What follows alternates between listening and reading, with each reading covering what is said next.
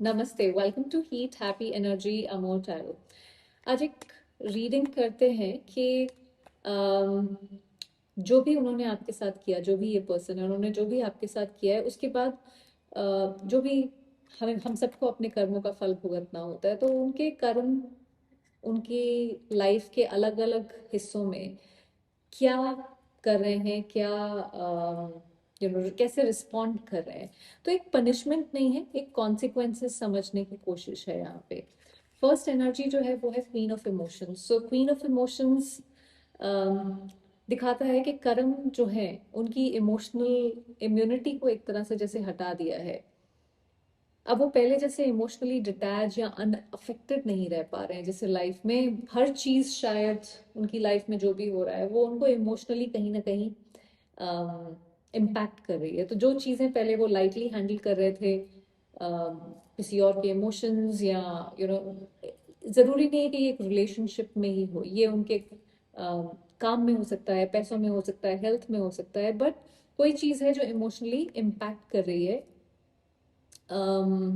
अगर उन्होंने इमोशंस को आपके बेसिकली लाइटली लिया या परवाह नहीं करी, तो कोई चीजें हैं जो उनकी लाइफ में इंटेंसिटी के साथ वापस आ रही हैं और इमोशनली इम्पैक्ट कर रही हैं उनको। तो उनके इमोशनल रिएक्शंस जैसे उनके कंट्रोल में नहीं है। तो कर्म जो है उनको वही फील करा रहे हैं उनके, या कई कर्मा उनको वही फील करा रहा है जैसे जो उन्होंने आपको फील कराया, और डेप्थ के साथ। सो पिंच करे जहाँ पे, उस तरह से फील करा रहे हैं। न्यूज ऑफ इंस्पिरेशन देखिए, न्यूज ऑफ इंस्पिरेशन है जहाँ पे उनका जो भी फॉरवर्ड मोमेंटम था लाइफ का, अम, जिस भी चीज में वो आगे बढ़ना चाह रहे थे, तो वहां कहीं डिस्टरबेंस लेके आया है ये। एक्शन स्पेस में कोई डिस्टरबेंस है। वो चीजों को शुरू करना चाहते हैं पर कंसिस्टेंसी नहीं बना पा रहे हैं। ये हो सकता है कि आप लेट्स से आपको इन्वेस्टर्स चाहिए, और आप लोगों से जाके मिल रहे हो, पर एकदम से बिल्कुल रुक जाता है काम, तो ठप पड़ जाता है सब कुछ, तो वो कंसिस्टेंटली कुछ कर नहीं पा रहे हैं, एक्शंस नहीं ले पा रहे हैं। तो जो इंस्पिरेशन उन्हें नॉर्मली आगे लेके जाती थी, वो एनर्जी जैसे स्कैटर्ड है। सो वहां पे जो है उनके कर्म जो है उन्हें बेसिकली दिखा रहे हैं कि बिना इमोशनल क्लैरिटी के पैशन सस्टेनेबल नहीं है। तो उनकी लाइफ में चीजें स्टार्ट तो हो रही हैं बट फ्लो नहीं हो रही है, वो कहीं ना कहीं एक अड़चन सी जैसे आ जाती है। अगर आपको लगता है कि ये रीडिंग आपसे रेजोनेट करती है तो सब्सक्राइब जरूर करिएगा। एस ऑफ मटेरियल्स की एनर्जी है। प्रैक्टिकल लाइफ को डायरेक्टली कहीं ना कहीं अफेक्ट कर रहा है ये, उनके कर्म जो भी हैं, जो उन्होंने जो कैरी कर रहे हैं। एस ऑफ मटेरियल्स बेसिकली दिखाता है करियर उनकी स्टेबिलिटी के मैटर्स में कहीं ना कहीं कुछ टेस्ट ले रहा है, जैसे पैसे, करियर, लॉन्ग टर्म सिक्योरिटी से रिलेटेड जो चीजें हैं उसमें उनसे शायद फोकस मांगा जा रहा है। उन्होंने रिलेशनशिप में जो कैजुअल अप्रोच रखी, वही अप्रोच अब प्रैक्टिकल लाइफ में काम नहीं आ रही है, और वो शायद उस इंटेंसिटी से जितना करना चाहिए वो कर नहीं पा रहे हैं। सो चीजें उनसे सीरियसनेस डिमांड कर रही हैं, पर उनका थोड़ा डब्बा गोल है। सो कर्म उन्हें ये सिखा रहे हैं कि वैल्यू सिर्फ फील नहीं होती है, बिल्ड की जाती है। नेक्स्ट एनर्जी है हर्मिट की। अम, देखिए, हर्मिट दिखाता है इंट्रोस्पेक्शन, कई बार फोर्स्ड इंट्रोस्पेक्शन। ये सॉलिट्यूड चॉइस नहीं है, सिचुएशन के थ्रू आ रही है। ये अकेले आप बैठना नहीं चाहते हैं जाके रेगिस्तान में, पर आपको बैठना पड़ रहा है, उस तरह की एनर्जी है। तो उनकी लाइफ में ऐसे मोमेंट्स आ रहे हैं जहाँ पे उनके पास डिस्ट्रैक्शन का ऑप्शन कम है उनको। और जब डिस्ट्रैक्शन का ऑप्शन कम होता है, जैसे अब यहाँ पे कोई डिस्ट्रैक्शन है ही नहीं इस रेगिस्तान में, तो फिर क्या करेंगे? अब आपको डिसीजंस और पैटर्न्स क्लियरली दिखने शुरू होते हैं, आपको दिखता है कि आपने क्या गड़बड़ की है, कहाँ पे किसके साथ क्या गलत किया है। तो एस्केप रूट जो वो पहले लेते थे, वो एस्केप रूट कहीं ब्लॉक हो गया है, जैसे सिर्फ रिफ्लेक्शन का स्पेस कहीं ना कहीं कर्म उनके, और कह लीजिए कर्मा उनको दे रहा है। टेम्परेंस। टेम्परेंस है कि करेक्शन मॉडरेशन के थ्रू हो, बैलेंस के थ्रू हो। उन्होंने एक्सट्रीम्स चूज किए, या तो बिल्कुल इग्नोर कर दिया, या इमोशनली केयरलेस रहे, अटेंशन नहीं पे किया।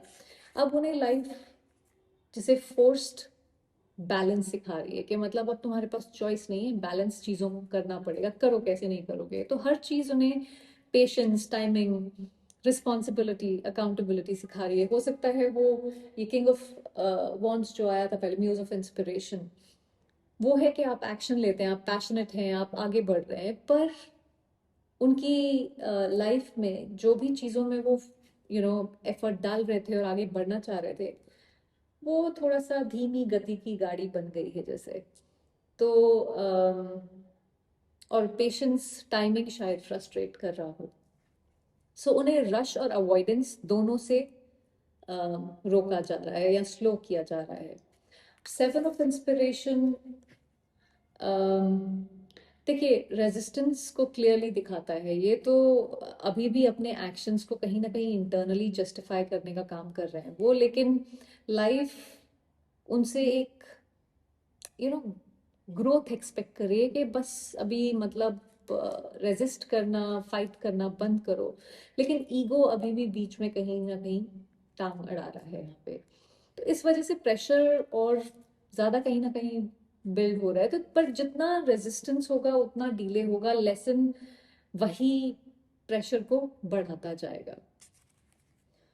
फोर ऑफ इंस्पिरेशन, देखिए ये आपके लिए गाइडेंस है यहाँ पे। स्टेबिलिटी को प्रायोरिटी बनाइए।